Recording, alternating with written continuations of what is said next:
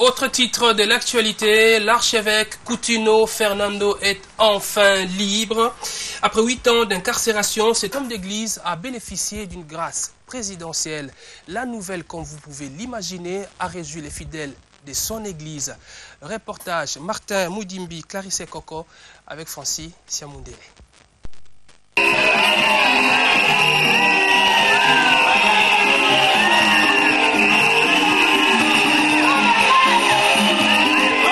Aussi longtemps peut durer la nuit, le jour finit toujours par paraître, dit un adage. Après 8 ans de traversée des déserts, les pasteurs Coutinho Fernando peut enfin souffler l'air d'un homme libre. L'ordonnance présidentielle annonçant la libération du pasteur Coutinho a été accueillie avec joie par les fidèles de son église armée des victoires qui ont organisé un culte d'action des grâces pour dire merci à Dieu. Concernant Ngomba mobimba tozo zanga na maloba ya koloba eza surprise ezo sala ba émotion zamba solo kumu muto so bonda ki pona mosali na nzambi ona mboka ba chrétien nyonso eza ba chrétien te en tout cas zamba surprendre biso zamba sali ya minene akumisi nzambe toza vraiment na makomba koloba te tozo kumisa kaka nzambe po nzambe mutu apermetaki yango lokola pe mutu apermettre ke mosali na na libération to kumisi eka. Merci la président Joseph Kabila Kabang na mama Olive na pesi bango merci o sepa mosali Coutinho Fernando merci pour la basala nzambe nyonso o boza ko bona pour la Coutinho Fernando. C'est la joie aujourd'hui. Il était condamné, maintenant il est libéré. C'est la joie. C'est tout ce que je peux dire pour le moment. Le reste viendra après. Les fidèles de cette communauté ont poursuivi leur action des grâces toute la matinée de ce lundi. Voilà, nous l'avons appris. Coutinho Fernando a quitté le centre hospitalier Nganda pour son église, en passant bien sûr par la prison de Makala. Alors, cette mesure a aussi réjoui la classe politique congolaise. Nos permanents au Parlement ont interrogé les parlementaires. Suivez. Bon, vous savez que c'est le chef de l'État qui a la décision pour une mesure de grâce pour les concitoyens. Et il l'a fait pour le révérend pasteur Coutinho. Nous trouvons que c'est une bonne chose dans le cadre de la décrispation du climat politique. Beaucoup de gens ont parlé des arrestations. Les gens ont fustigé que toutes les arrestations étaient politiques, alors que pour Coutinho, c'était une affaire avec un autre pasteur. Mais comme c'est lui le premier juge, c'est le juge suprême, il a amnistié, donc il a donné la grâce à Coutinho. Nous apprécions ça, c'est une bonne chose. Et nous disons merci au chef de l'État. Blanc bonnet, bonnet blanc, Coutinho c'est un pasteur qui a eu des problèmes avec un autre pasteur. Jean-Bertrand Ewanga, c'est un député national, mais qui a commis une infraction à l'endroit du président de la République. Vous trouvez que c'est la même chose? Si vous allez en France, aux États-Unis, même ici à Brazzaville ou bien au Rwanda, est-ce qu'on peut accepter qu'un individu puisse injurier le chef de l'État ou le traîner dans la boue? Non, je crois que la mesure qu'on a donnée à notre collègue Ewanga, c'est une mesure exemplaire, c'est-à-dire nul n'est au-dessus de la loi. Oui, d'abord je félicite le président de la République, c'est dans ses prérogatives. Il a cette prérogative d'accorder une mesure de grâce individuelle ou collective à ceux qu'il estime. Je crois que je n'ai pas de commentaires à faire sur la mesure de grâce du président de la République qu'il a signée. C'est à lui. Voilà, la question qui se pose maintenant est celle de savoir si cet homme d'église frappé d'hémiplégie depuis près d'une année va continuer sa mission de berger et de leader d'opinion. Cette question a fait l'objet de la réflexion de Georges Bakabakangese. Il est libre et va pouvoir désormais recouvrer ses marges de manœuvre et disposer de toutes ses prérogatives pour poursuivre sa mission de pasteur au sein de l'armée des victoires, son église et à l'intention des croyants et des aspirants chrétiens. L'archibishop Coutinho Fernando, dont la peine est commuée par grâce présidentielle, est pourtant victime d'une hémiplégie contractée au cours de son emprisonnement. Si les retrouvailles du berger avec ses brebis sont savourées et célébrées comme un nouveau départ, une nouvelle ère, l'incapacité physique partielle du leader pourrait être compensée ou contrebalancée par la continuité, mieux la poursuite du message qui compte son credo. L'archibishop Coutinho Fernando s'est distingué par le message prêchant et suscitant la prospérité des chrétiens. Mais au-delà des sermons conduisant à la fertilité matérielle et financière, Coutinho Fernando s'est illustré par des messages d'éveil des consciences résumés par les vocables « Sauvons les Congo ». Le chantre de la prospérité est leader des Sauvons les Congo, dont l'absence a lourdement manqué à ses adeptes au point de susciter maintes fois les espoirs de sa relaxation, est aujourd'hui à la croisée des chemins. Va-t-il poursuivre et maintenir la vision de ses actions évangéliques et militantes? Devrait-il modifier, adapter ou recadrer les créneaux de ses enseignements? Rien n'est moins sûr que les jours qui suivent ne soient marqués par un nouvel élan de prêche de l'archibishop qui pourrait peut-être revenir à ses vieilles amours. En attendant les retours médiatiques de l'apôtre et de la prospérité, le mystère reste entier sur les voies et délibérations du maître des temps et des circonstances quant aux actions de Papa Archi Coutinho Fernando. Alors, Albert Moleka, au cadre de l'UDPS, cette libération de Coutinho Fernando ou cette grâce présidentielle, vous de l'opposition, vous l'avez également demandé, c'est fait. Vous pensez que nous sommes maintenant dans la décrispation du climat politique en RDC? Bon, il est vrai que plusieurs partis de l'opposition avaient demandé, avaient exigé la libération des prisonniers politiques, dont Coutinho Fernando. Ce qui veut dire que pour ces partis politiques, le pasteur Coutinho était considéré comme un prisonnier politique. Moi, personnellement, en tant qu'aumônier des prisons depuis une vingtaine d'années, j'ai accompagné Coutinho pendant son incarcération, comme d'autres prisonniers.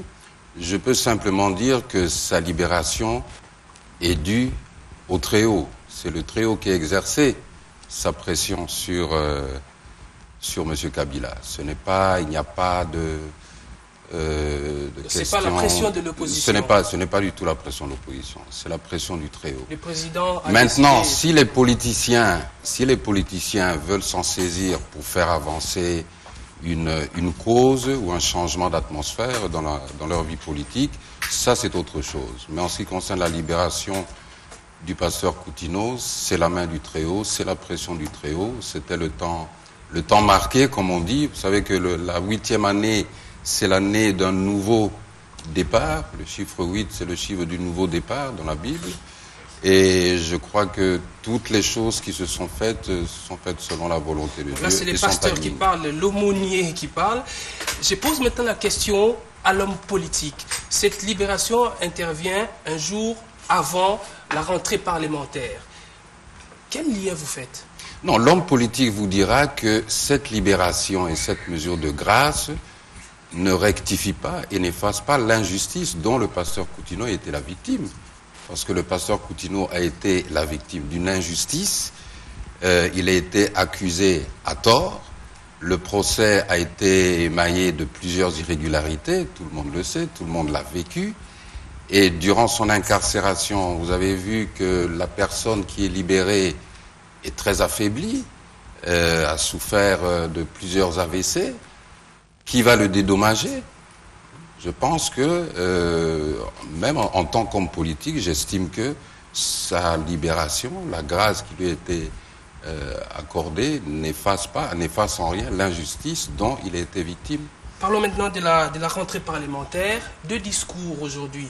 Celui de Aubin Binakou à l'Assemblée nationale et celui de Léon Kengo-Wadondo. Comment avez-vous analysé ces discours? Bon, tout d'abord, je crois que, comme vous l'aviez dit lors de l'introduction du journal, la session de septembre est une session essentiellement budgétaire. Or, nous voyons que toutes les énergies sont focalisées sur une révision de la Constitution.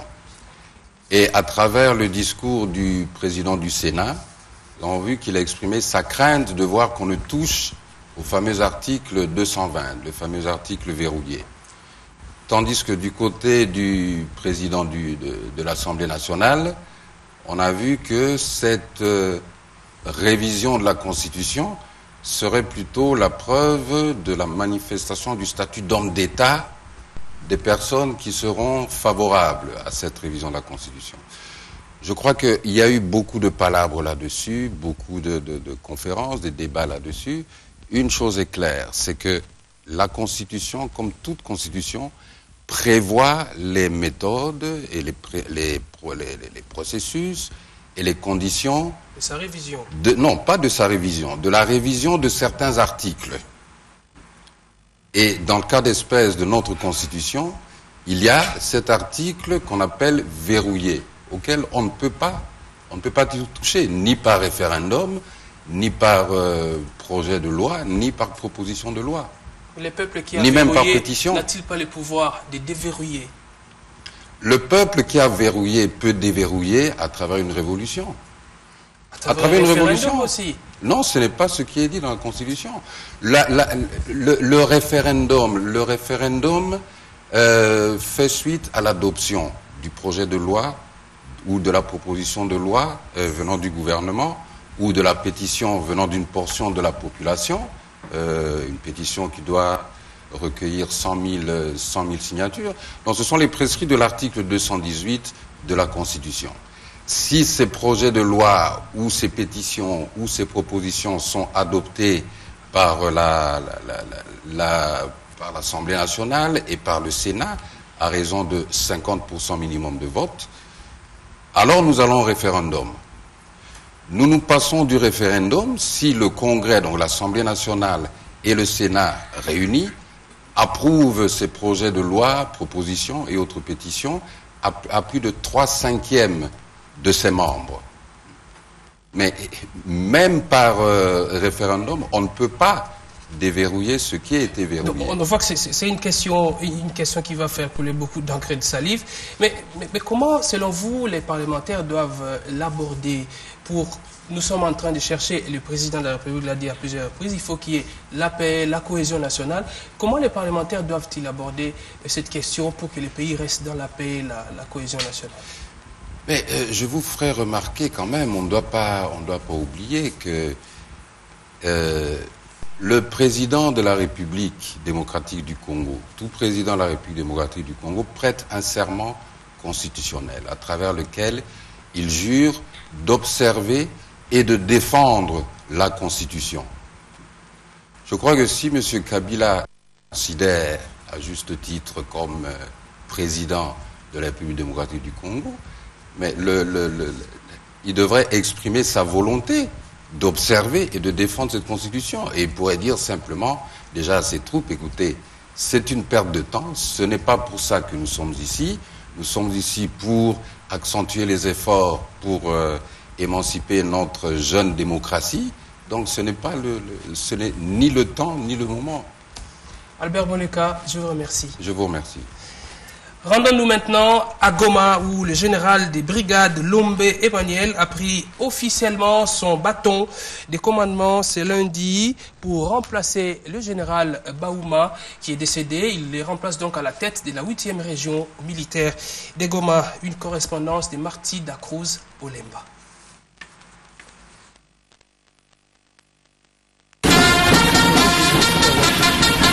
Des coups de fanfare honorifiques retentissent. Le commissaire provincial de la police nationale congolaise au Nord Kivu